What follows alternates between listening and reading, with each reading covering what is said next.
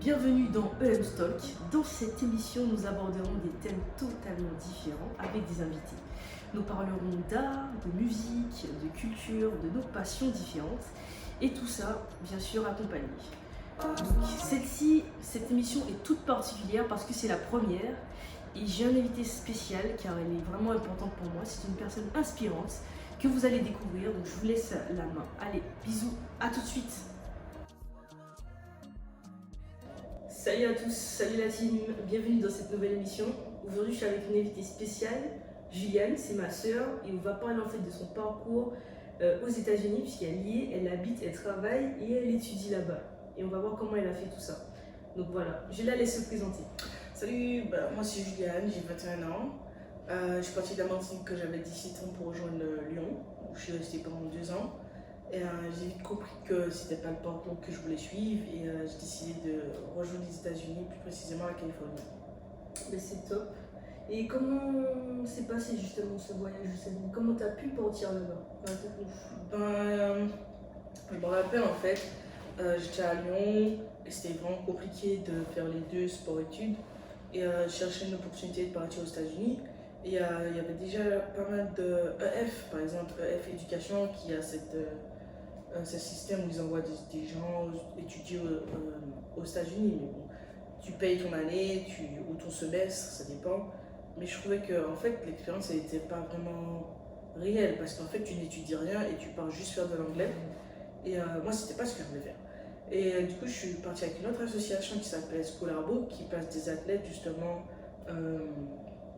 dans des universités américaines où ils peuvent faire le sport qu'ils veulent, si leur sport, bien évidemment, est fait par l'université. Et ils peuvent continuer leur éducation et obtenir des opportunités professionnelles. Et justement, par rapport aux États-Unis, comme ce n'est pas vraiment le premier choix, on va dire, des Caraïbes, de partir aux États-Unis, plutôt au Canada ou en Europe, et je voulais savoir comment sont les structures sportives justement aux États-Unis et dans ton université.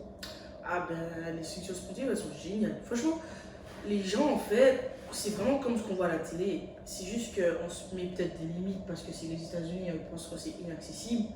Mais en fait, tout est à portée de main. Ils mettent le prix dans ce qu'ils font. Ils vont investir vraiment et réellement dans tout ce qu'ils font. C'est-à-dire les infrastructures, comme tu l'as demandé. Ça ne gueule pas. C'est beau, c'est magnifique, c'est gigantesque. Donc forcément, c'est pas comme en Europe, c'est vraiment différent. Les rois de la démesure.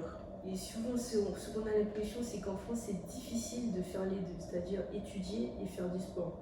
Et aux États-Unis, en fait, c'est tout le contraire. Dis-nous un peu comment tu as vécu ce changement. En fait, c'est juste que je pense directement, il faut se dire la vérité. C'est soit tu as envie d'étudier, soit tu n'as pas envie d'étudier. Maintenant, si tu sais que tu as envie d'étudier et que tu as aussi envie de faire du sport, les États-Unis, c'est vraiment une destination qu'il faudrait commencer à considérer. Parce qu'ici, tu as cette possibilité, les athlètes, comme je le dis, c'est l'élite de la nation ici. Et du coup, ils investissent tout dans leurs athlètes. En étant un athlète, tu as un lifestyle, tu as une éducation. Et c'est ce qu'ils recherchent après par-dessus. Tu n'as pas besoin de nécessairement viser le professionnel pour être quelqu'un, en fait. Tu es déjà quelqu'un à partir du moment où tu rentres dans ce lifestyle, donc je suis un athlète, donc je respecte ce que je mange, je respecte où je travaille, je respecte le sport que je fais. À partir de ce moment-là, les entreprises aiment ce genre de profil en fait. Exact, ils adorent ça. Okay. Donc en fait, je voulais aussi parler de toutes les opportunités, puisque tu me parles justement et tu me dis qu'en Amérique, finalement, c'est pas si compliqué que ça, parce qu'on a l'impression que là-bas, c'est généralement tout ou rien. Hein, c'est ça, on pense à ça. Mais au final, non, tu as un exemple, hein, qu'il est possible en tout cas d'étudier et de faire du sport aussi dans une université et pouvoir avoir des opportunités pour le futur. Justement, au niveau de ces opportunités, quelles sont cette chance, quelle est cette chance que tu as aujourd'hui? J'appellerais pas chance, honnêtement. Il n'y a pas de chance, en vrai. C'est tout ce que tu as, tu travailles pour l'avoir. Après, c'est des énergies. Ton énergie va attirer des choses. Ce qui est fait pour toi est pour toi. Et pour moi, il n'y a pas de chance. Les gens qui disent ah, t'es chanceux, en mode ça veut dire quoi? Je me suis réveillé ce matin et ah, tiens, toi, tu vas avoir quelque chose. Ça ne marche pas comme ça. Forcément, il fallait faire le choix de venir ici. Il fallait faire le choix de se lever ce matin. Il fallait faire le choix d'aller travailler. Il fallait faire le choix de trouver un travail. Beaucoup de gens, ils voient la galère, ils ne décident pas d'aller travailler, par exemple. Donc, c'est toute une question de choix. Et les choix que tu fais vont faire que tu auras des résultats. Et tout n'est pas positif, tu vois, tu vas tomber, tu vas échouer, tu vas te relever. Mais en gros, il faut juste au moins aller se mettre là-bas. Tu vois, se donner la chance d'avoir cette chance, comme tu dis, puisque c'est pas une chance. Se donner cette opportunité de pouvoir faire quelque chose. Et du coup, ben, les opportunités, il y en a tout plein. Après, je suis pas restée assez longtemps en France pour savoir vraiment comment c'était. Mais ici, en l'espace de 6 mois, j'avais trouvé un travail sur le campus, j'avais trouvé un stage pour le semestre d'après, j'avais déjà.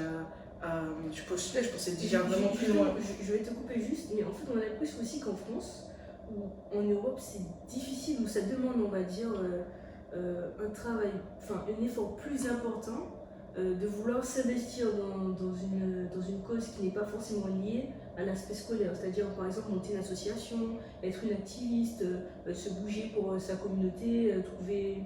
Je parle ici, c'est facile en tout cas de se retrouver, de créer des événements, être dans des événements et d'être dans une communauté et permettre d'engager des actions. Parce que tout ça, ce sont des compétences qu'après on recherche dans le monde du travail. Oui. Et du coup, ben, tout ce qui est communauté, tout ce qui est se retrouver tous ensemble, ici c'est vraiment important d'une part parce que c'est un pays super divers et que c'est important de se former en communauté avant de se retrouver tous ensemble. Et chaque communauté, je pense, a commencé à comprendre ça, en tout cas ici aux États-Unis, l'importance de se retrouver ensemble, ce qui est vraiment génial, tu vois. En étant une personne de couleur, franchement, je me suis pas sentie, je me suis sentie beaucoup plus mise à part en France qu'en étant ici. Et pourtant, on voit à la télé, on se dit les États-Unis c'est des racistes, Je préfère longtemps vivre le racisme ici que je l'ai vécu en France. Voilà, ça, je l'ai dit ça, je pèse mes mots. Ça, c'est une histoire, après c'est propre à chacun, donc c'est aussi une expérience. Ouais, c'est sûr. Par rapport à, on va dire, à tout ce que tu as vécu, quels sont les projets qui se sont présentés à toi sur le monde professionnel? Ben, du coup, après avoir trouvé mon job sur le campus, je me suis investie mis à la recherche d'un stage. J'ai trouvé un stage avec Adobe. Du coup, le semestre dernier, l'été dernier, j'ai fait un stage dans la Silicon Valley avec Adobe à Montréal. C'est un stage tout spécifiquement fait pour les athlètes, c'est-à-dire qu'ils nous ont juste donné 1 mois parce qu'ils savent qu'on n'a pas vraiment de temps de vacances comme les autres. On ne peut pas faire des stages de 3 mois ou 6 mois. Du coup, on nous a juste donné 1 mois de vacances. Pas 1 mois de vacances, 1 mois de stage où on avait l'opportunité justement de démontrer ce qu'on sait faire. Et en moins, j'ai produit quand même pas mal de choses qui m'a, à l'heure d'aujourd'hui, ouvert une porte. Où, quand j'aurai mon diplôme, ils m'ont offert un travail. Ça, c'est top. Ouais. Parce qu'en France, je sais pas si quand on passe un master, on a tout de suite. Je suis pas un master, je suis ma licence toujours. Oui, mais une licence où on a direct un travail, c'est pas forcément comme ça, surtout. C'est vrai. Ouais. Après, en tant que sportif, je sais que je suis pas encore là, mais c'est bien d'avoir ce retour-là. Donc, est-ce que finalement, en étant sportif, c'est un frais pour étudier aux États-Unis? Ah non, pas du tout. Comme je disais auparavant, être sportif ici, c'est vraiment la clé pour une meilleure éducation. Les bourses d'études, l'accompagnement, l'aide même après avoir eu ton diplôme, c'est une étiquette qui est gravée sur ton CV. C'est vraiment quelque chose que tu écris à tête. Ici, ça paye, ça rapporte. C'est important. Comme je disais, c'est un lifestyle. C'est pas juste dire aujourd'hui, je vais faire du sport. Non, ça se travaille et ça s'est construit sur des années pour leur permettre d'arriver à un niveau ici que dès le lycée, c'est pratiquement le haut niveau du coup. Après, il y a aussi une plus grande diversité de sports. En France, je dirais que c'est surtout en Europe, c'est le football.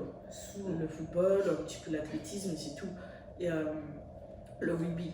Mais ici, tous les sports ont une place au haut niveau. Tous les sports ont une place au haut niveau. Il faut dire aussi peut-être que les athlètes ici, quand ils réussissent, sont peut-être mieux payés qu'en Europe. Au niveau des choses comme le basket, je sais pas, le football, aussi le baseball, parce que je sais qu'en France, vraiment, en tant que sportif, tu vis bien quand tu es footballeur homme. Footballeur femme, ça commence à se développer, on a vu notamment avec après la Coupe du Monde, même un peu avant, où il y a certains clubs qui se professionnalisent, mais on n'a pas encore de ligue, mais c'est beaucoup mieux payé qu'avant. Je sais que j'ai aussi des amis basketteuses et des amis basketteurs là-bas qui commencent à gagner bien leur vie, mais c'est vrai qu'ici, tu as plus de sports qui te permettent de bien réussir plutôt qu'en Europe. Ici, c'est vraiment la culture du sport. Dans tous les sports, comme je disais, tu t'investis et tu fais ton sport du haut niveau. Il n'y a pas de sous-sport, c'est l'investissement que tu mets dans ton sport qui fait qu'il sera plus vu ou moins vu.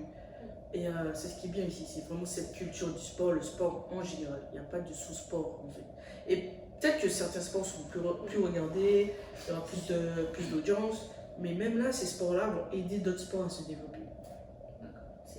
C'est intéressant, par le biais de programmes, etc. Ouais. Ok. Il y a une chose dont je voulais parler, mais ça n'a rien à voir avec le sport ou quoi. C'est des fois à l'université, quand on passe à l'université, on pense à High School Musical, on pense à toutes les sororités, on se dit mais comment ça se passe en vrai? Il y a vraiment des... Il y a vraiment ça, c'est vraiment un délire ici. Oui, ouais. Comme je disais, les rêves, c'est la réalité ici. C'est vrai, c'est bien vrai. Ça c'est top aussi. Ouais. Donc, merci Juliane pour cette mini-interview. Bon ben c'est la fin de cette émission. Merci à tous. Et puis n'hésitez pas à nous lâcher des petits commentaires pour savoir si vous avez aimé et qui vous voulez voir sur le plateau. Posez des questions si vous avez des questions. On se voit bientôt.